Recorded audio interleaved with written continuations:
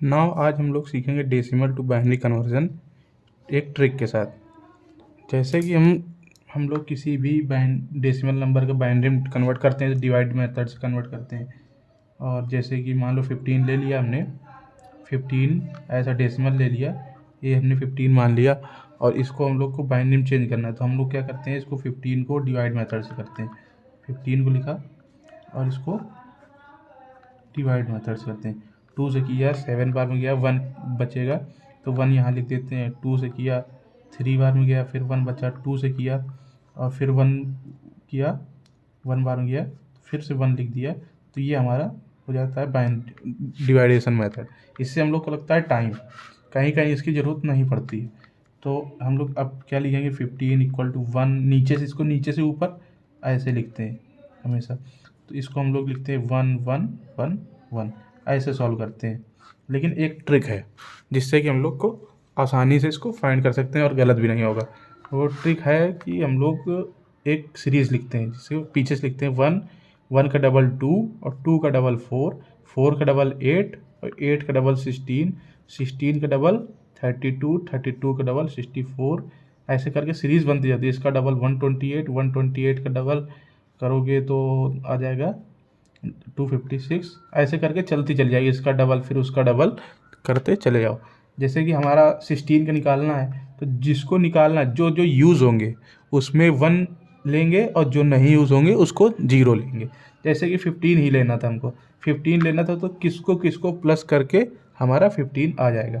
तो हमारा ऐसे पता चल जाता है कि 1 और 4 जिसके बाद आता है, मान लो 16 आया तो इसका मतलब 15 तक ये सॉल्व कर देगा, इतना 15 तक इतना सॉल्व कर देगा। अगर हमको सॉल्व करना है 31 तक, 31 तक सॉल्व करना है तो हमारा ये 31 तक कर देगा, लेकिन 32 के लिए हमें इस एक बिट बढ़ाना पड़ा।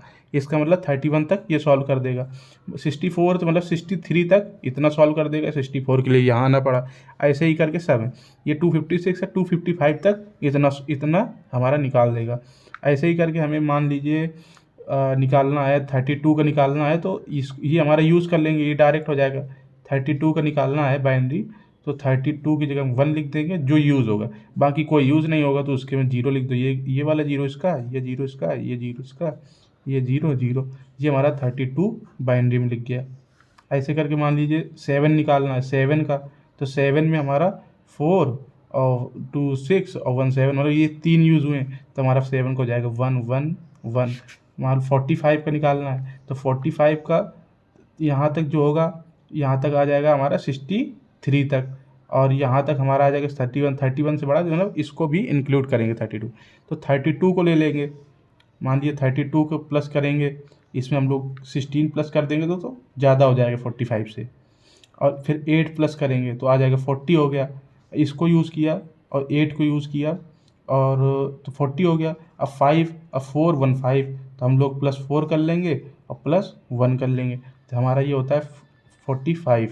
इसमें से ये यूज़ हुआ है तो मतलब यहाँ से यूज़ किया है तो हमारा आ जाएगा यहाँ पे 32 की जगह 1 आ गया। इसके बाद ये 16 बीच में आया, 0 आ गया। फिर 8 आया, 8 यूज़ किया 1 आ गया। 4 यूज़ किया 1 आ गया। 2 नहीं यूज़ हुआ 0 आ गया। 1 यूज़ हुआ है तो यहाँ 1 आ गया। इसका मतलब 45 को हम लोग ऐसे निकाल सकते हैं। कितना भी बड़ा कोई भी नंबर हो निकाल सकते हैं। मान लो हमको निकालना है 257, 257 निकालना है, 257 का बाइनरी तो हमारा 256 ये लिखा हुआ है और 1 256 और +1 7, तो यहाँ पे 1 आएगा, यहाँ पे 1 आएगा, जितने बीच में सब में 0 आ जाएगा। मतलब यहाँ पे 1 1 2 3 4 5 6 7, 7 0 आ जाएंगे बीच में, 2 3 4 5 6 और 7, और इसके बाद ये एक 1 आ जाएगा। ये 257 लिख गया। और ऐसे ही 60 मान लीजिए 68 का निकालना है, ये 69 का निकालना है तो 64 ही हो जाएगा।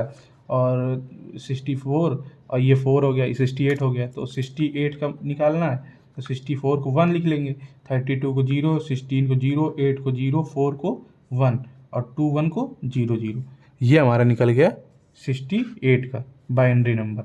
ऐसे हम लोग ट्रिक के साथ निकाल लेते हैं, जो कि हमको बूथ एल्गोरिथम में काफ़ी ज़रूरत पड़ती है बाइनरी निकालने की।